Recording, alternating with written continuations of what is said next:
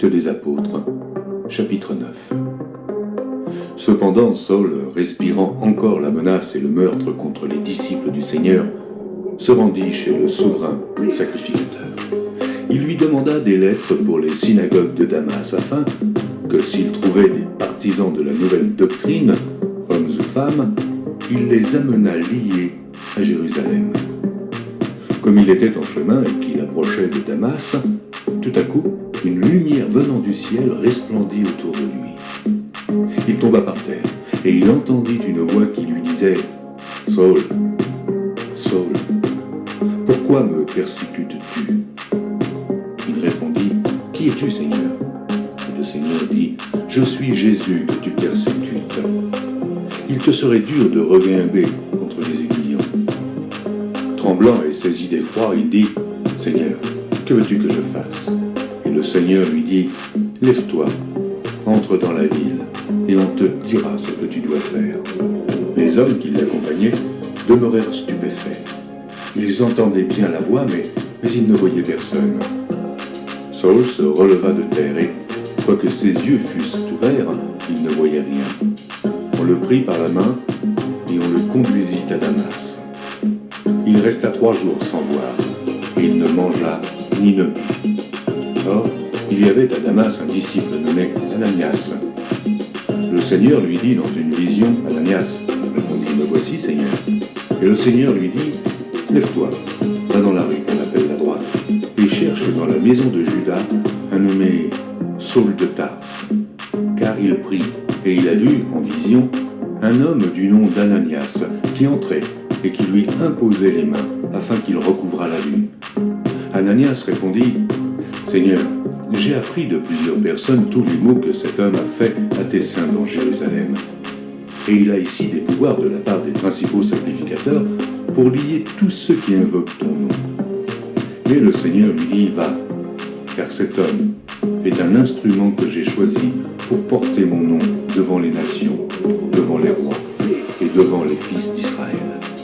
Et je lui montrerai tout ce qu'il doit souffrir pour mon nom. » Ananias sortit, et lorsqu'il fut arrivé dans la maison, il imposa les mains à Saul, en disant « Saul, mon frère, le Seigneur Jésus qui t'est apparu sur le chemin par lequel tu venais, m'a envoyé pour que tu recouvres la vue et que tu sois rempli du Saint-Esprit. » Au même instant, il tomba de ses yeux comme des écailles et il recouvra la vue.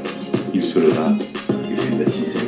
Et après qu'il eut pris de la nourriture, les forces lui revinrent. Saul resta quelques jours avec les disciples qui étaient à Damas. Et aussitôt, il prêcha dans les synagogues que Jésus est le Fils de Dieu. Tous ceux qui l'entendaient étaient dans l'étonnement et disaient « N'est-ce pas celui qui persécutait à Jérusalem ceux qui invoquent ce nom ? Et n'est-il pas venu ici pour les emmener liés devant les principaux sacrificateurs ?» Cependant, Saul se fortifiait de plus en plus et il confondait les Juifs qui habitaient Damas, démontrant que Jésus est le Christ. Au bout d'un certain temps, les Juifs se concertèrent pour le tuer. Et leur complot parvint à la connaissance de Saul. On gardait les portes jour et nuit, afin de lui ôter la vie.